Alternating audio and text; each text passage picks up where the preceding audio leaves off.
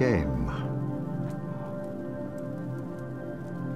Niviaqsiaqlualu qamuniallatuneqsaq. Aasi suraqallavluni supayaanik.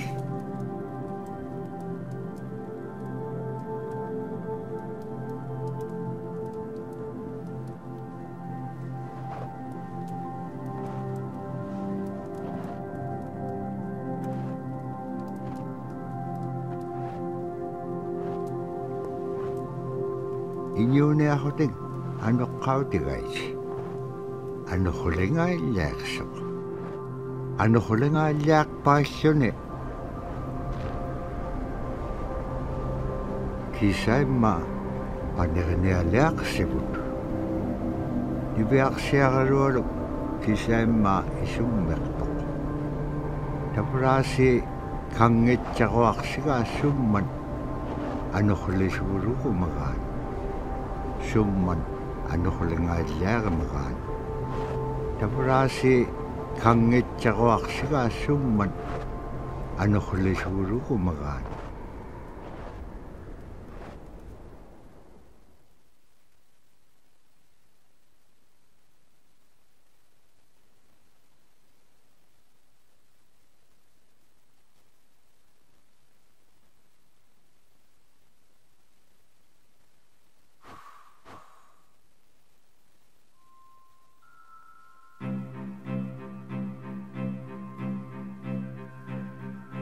One of the things I think a lot of people need to understand is we aren't a museum piece. The Inupiaq people are a living people and a living culture. Even though we're in northern Alaska, which covers this vast area from Nome all the way over the Canadian border, is that there is this extreme value of interconnectedness and interdependence. It's a hunting society, a gathering society from thousands of years. This is what creates our culture. That special relationship between humans and the natural world and the animals, and that it teaches you how to have a society that doesn't do too much harm to the world. Love and respect for nature, for one another, for our elders. Very, very fundamental value, key to life. Our values are something that bind us all. The importance of sharing with one another, the importance of spirituality, and the connection to the land, our traditions, how we hunt, sharing of stories and songs and dances. I'm Inupiaq. I'm from the Arctic Ocean. I am Inupiaq. It's very important to me. It's who I am as a person. And we're very proud of who we are, and we want to continue that.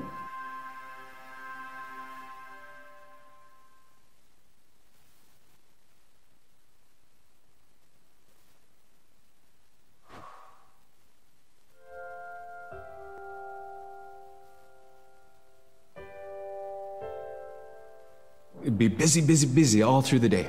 You get up and you just go right to work, you know, right to work. There was always something to do. There was never any idle time.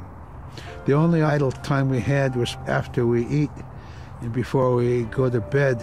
One of the older people would be relaxing, laying down there and saying, you know, it'd be really nice to hear a story.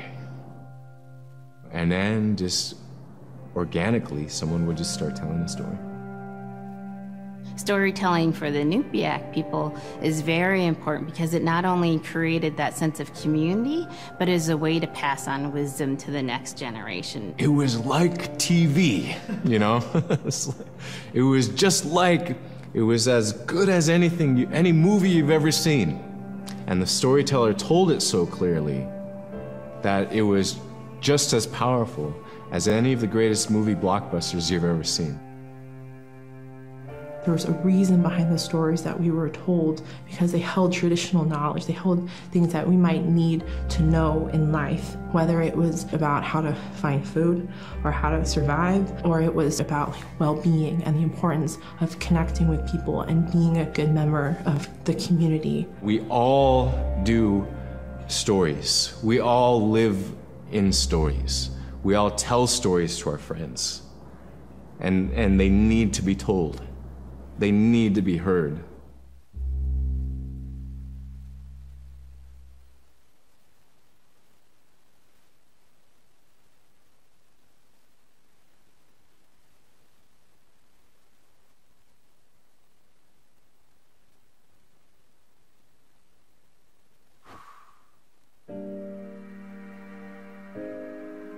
So scrimshaw is this really beautiful method of art that's done either on baleen or ivory, and traditionally it was used to tell stories.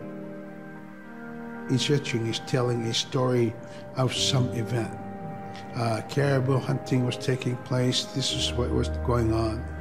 War began around this time, and so it sort of gives you a timeline of history through etching. An elder or the person who carved it would literally be able to read the scrimshaw story. They're like reading a book, in a way.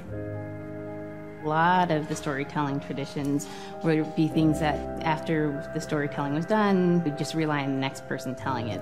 And so scrimshaw is a very important way for Alaskan Native people to record their history.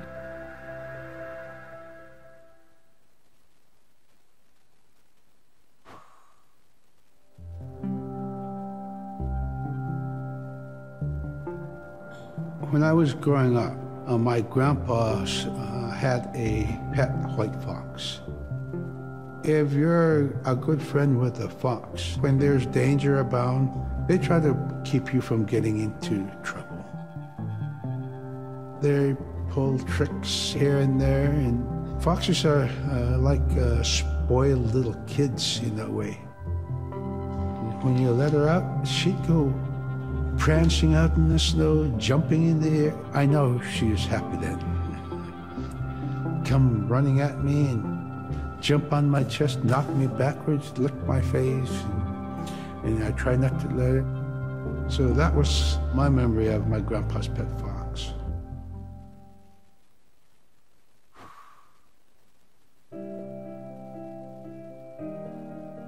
Caribou was it provided for us in many ways. Our clothing in those days was made of all caribou skin. I grew up wearing caribou pants, mittens, caribou skin mattress, blankets. Some people had boots that were made with wolf leggings, sealskin sole bottoms. Baleen was shaved to make insoles. They kept us quite dry and warm as well. But the caribou skin clothing was the best. We would get as many yearlings as we could for our outer clothing. And for heavy winter, we would get caribou in February or March because the hair was the longest and the skin was the thickest, and we would use those for our winter gear. With that stuff on, you could sleep outside in 50 below and it wouldn't bother you a bit.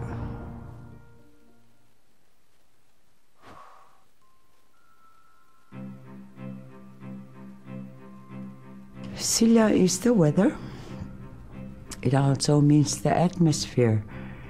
Here's the nuna, or the land. And it's anything from the land into the moon, the sun, the stars. That's Silla. It's a very spiritual, and we have a relationship with Silla. Silla has a soul in the same way we do as people, in the same way animals do. I think spirit helpers in and of themselves are really about how we're connected with things. And so it may be that there's a spirit helper that shows themselves as a bird to show you the way home, or it may be a spirit helper that actually decides to show themselves with the face and body of a man instead of their animal form. And so I think one of the things that's hard to understand is that it's not one way of seeing things, it's one way of knowing you're connected to everything. We've always had that spirituality of everything around us. It's the interaction you have with the air you breathe, the ocean that you gather resources from, the rivers from which you gather fish, the tundra from which you pick berries, the animals that give themselves. It's all of that.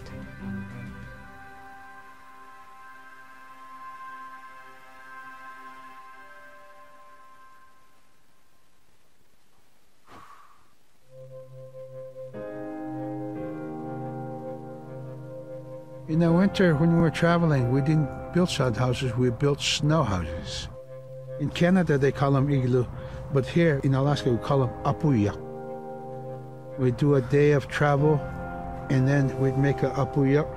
The next day, my father would set traps, spend the day there, rest the dogs, give them something to eat, and then the following day, we continued to the next place. We'd go to my dad's sister, who had a house at Dubarg. They had a small sod house over there. We didn't have to do anything. We just visit with them, and my dad and my sister were glad to see each other, and they'd talk away while us kids played outside or go to sleep.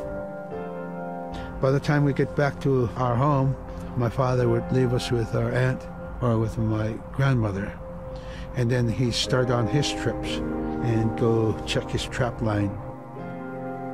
We were not into 8 to 5 kind of time, you know. We're in a total different kind. We're in ecological time.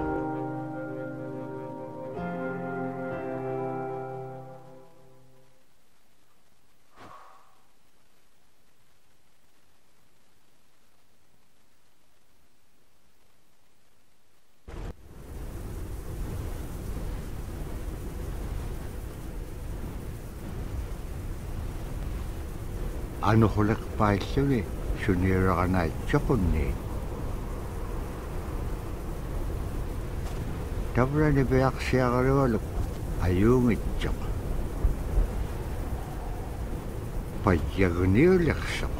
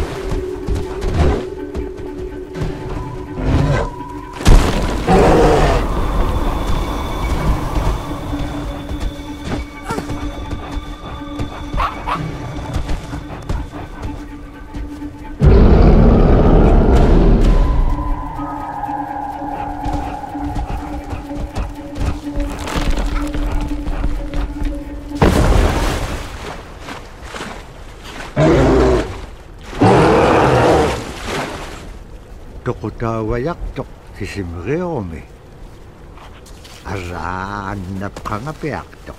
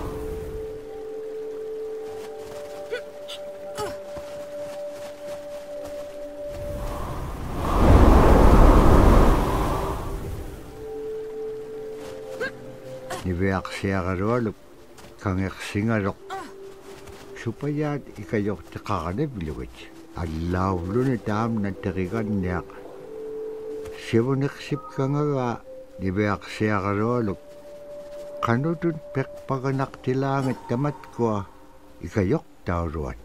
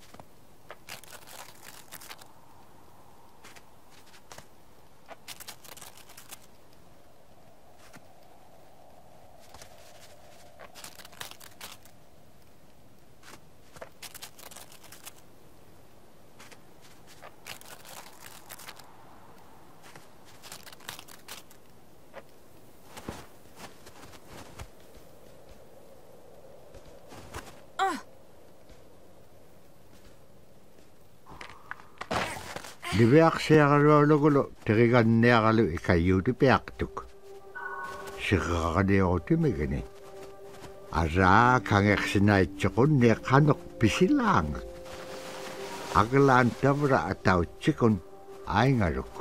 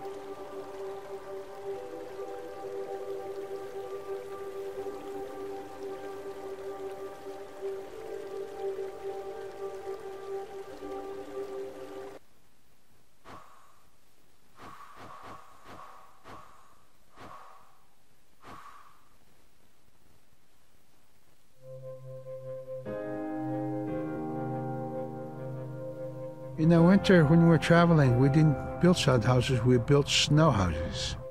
In Canada, they call them igloo, but here in Alaska, we call them apuya. We'd do a day of travel, and then we'd make a apuya. The next day, my father would set traps, spend the day there, rest the dogs, give them something to eat, and then the following day, we continued to the next place. We'd go to my dad's sister, who had a house at Dubaruk. They had a small sod house over there. We didn't have to do anything. We just visit with them, and my dad and my sister were glad to see each other, and they'd talk away while us kids played outside or go to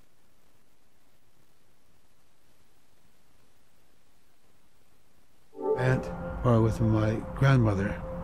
And then he'd start on his trips and go check his trap line. We were not into 8 to 5 kind of time, you know. We're in a total different kind.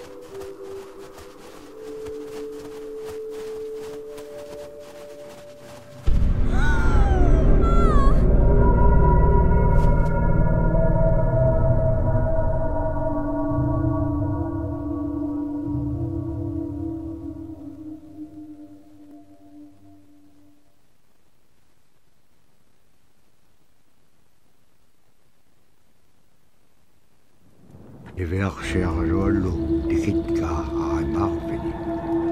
Agalan maluhunak singamanok. Inyokoluk tikingamarok iveaksiarolu pingan. Ibahalak sumittaimma. Dikatsak kumanyain yaksok. Pakit kangaw nago. Ivaktani. Nunakik ikiwaktua yaksok. Inyungi tukutaktawan yaksit.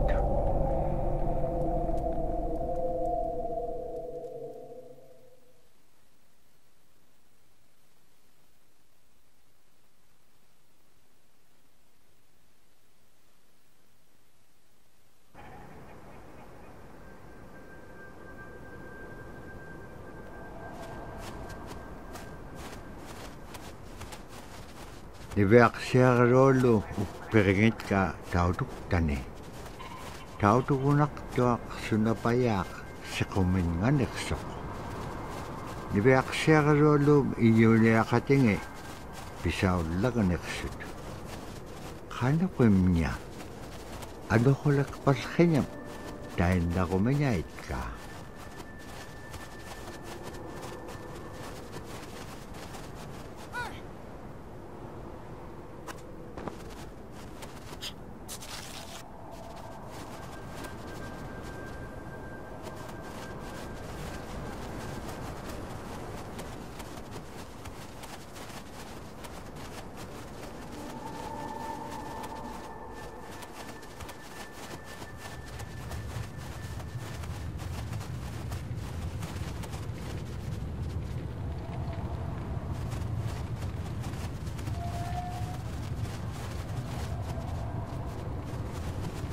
Tamanga ikumawak tuaming.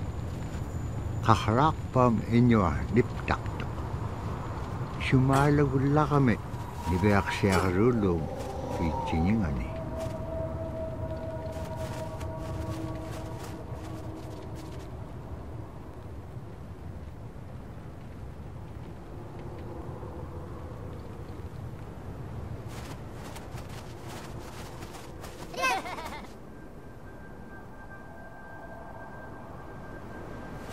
Agalan kakaraw palkanyat sa gabing aytsyot. Imenyawrat sa gabing sa mga nunamin. Pagkagahuting nunakamin.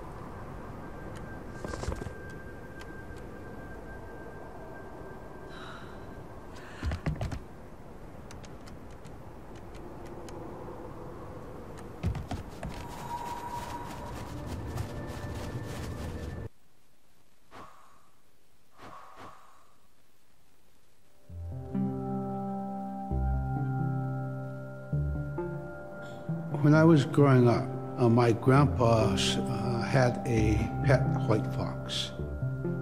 If you're a good friend with a fox, when there's danger abound, they try to keep you from getting into trouble. They pull tricks here and there, and foxes are like spoiled little kids in that way.